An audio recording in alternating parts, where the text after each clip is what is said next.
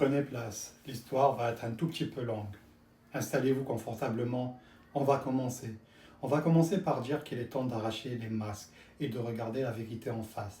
Tandis que Gaza brûle, que les enfants meurent sous les décombres et que les cris du peuple palestinien s'élèvent vers un ciel silencieux, certains dirigeants arabes, rois, princes, présidents, paradent dans des palais dorés, drapés de fausses compassions et de discours vides.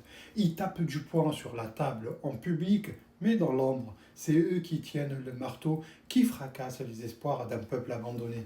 Le roi du Maroc, prompt à défendre la cause palestinienne devant les caméras, dirige par la même occasion un comité Al-Quds sans action concrète depuis quelques décennies. Son royaume, pourtant présidé à ce comité, censé défendre Jérusalem, mais lui, il fait le contraire. Il normalise ses relations avec Israël en silence pour grappiller quelques avantages économiques et diplomatiques et géopolitiques par la même occasion auprès des puissances occidentales. L'honneur de la Palestine, jeté aux orties pour quelques contrats. Le roi de l'Arabie Saoudite et son prince héritier, véritable maître du double langage, financent l'image d'un islam modéré pendant qu'ils ouvrent grand la voie à une alliance stratégique avec Israël. Le pétrole a plus de valeur à leurs yeux que le sang palestinien. Ils prétendent représenter les lieux saints de l'islam, mais ne lèvent pas le petit doigt pour Al-Quds ou Gaza. Leur priorité, les milliards, les partenariats avec Tel Aviv, l'obsession de moderniser l'image du royaume, quitte à piétiner les principes. Le prince du Qatar, malgré son rôle de médiateur et ses aides financières, reste dans une posture ambiguë. Son État accueille des figures politiques palestiniennes, mais continue de ménager ses relations avec les États-Unis, l'ennemi déclaré de toute forme de libération réelle. À force de jouer sur les deux tableaux, on finit par devenir complice de l'oppresseur. Les Émirats arabes unis, quant à eux, ils ne se cachent même plus. Ils déroulent le tapis rouge aux responsables israéliens pendant que les Palestiniens enterrent leurs morts. Ils parlent d'avenir et de paix économique, mais ferment les yeux sur les crimes de guerre. L'hypocrisie est ici nue, brutale, assumée. Le roi de Jordanie, dont le royaume est pourtant lié à la Cisjordanie par l'histoire et le sang, se contente de dénonciations timides sans jamais oser rompre avec l'ordre régional imposé par Washington et Tel Aviv.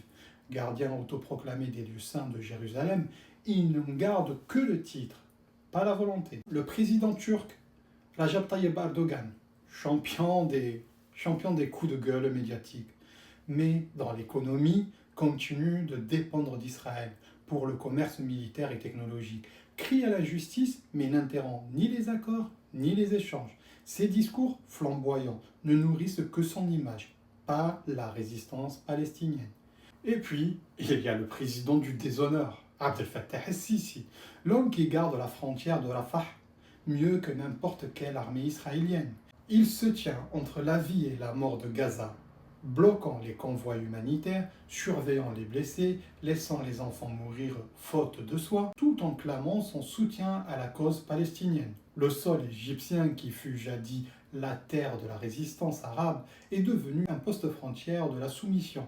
Et si ce n'est pas un médiateur, c'est un geôlier en uniforme, un pion au service des puissances qui veulent briser Gaza. Il a transformé le rôle historique de l'Égypte en une trahison sans précédent, froide, bureaucratique, implacable. Ces dirigeants sont des traîtres en costume, des alliés de l'occupation, déguisés en défenseurs de la justice. Ils ne se soucient ni du sort du peuple palestinien, ni de celui de leurs propres citoyens. Leur peuple crie, eux négocient, leur peuple manifeste, eux investissent, leur peuple résiste, eux collaborent. Ils n'ont pas trahi seulement la Palestine, ils ont trahi l'idée même de la dignité arabe, de solidarité, de souveraineté. Ils sont les architectes silencieux du morcellement du monde arabe, les complices passifs ou actifs d'un apartheid colonial. L'histoire les jugera et les peuples, tôt ou tard, se réveilleront.